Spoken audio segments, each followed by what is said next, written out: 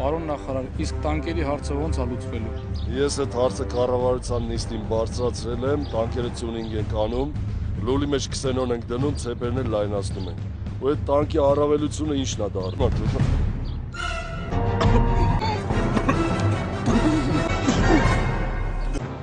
Ազգանունդ ո՞նց է, սերժանտ։ Սերժանտ Մալխասյան։ Համար այսօր պրոբլեմ չկա, ինչ ուզես հարց չկա։ Ասա։ Պարոն նախարար,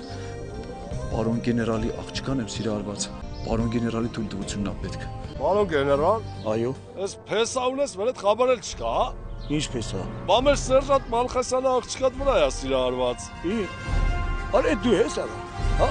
Այդ քո պատճառով եմ աղջիկը պես տանջում, արա։ Այդ ֆիզիկական հարցերը հետո իրար հետ կլուծեք։ Դու ինձ մի բան ասա, սերժանտ Մալխասյանին, քո աղջկան կտաս։ Ոնց եք պատկերացնում, գեներալի աղջիկը սենց սերժանտ հետ մի քիչ այդ անհամատեղելի է, էլի։ Լավ,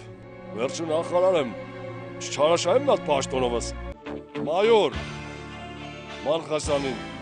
աղջկատ կտաս թե չէ։ Ես չեմ ասում մայորը վատ կոչում է, չէ։ Բայց հենց մի հատ նայեք, էլի։ Մայոր ու գեներալ մայոր։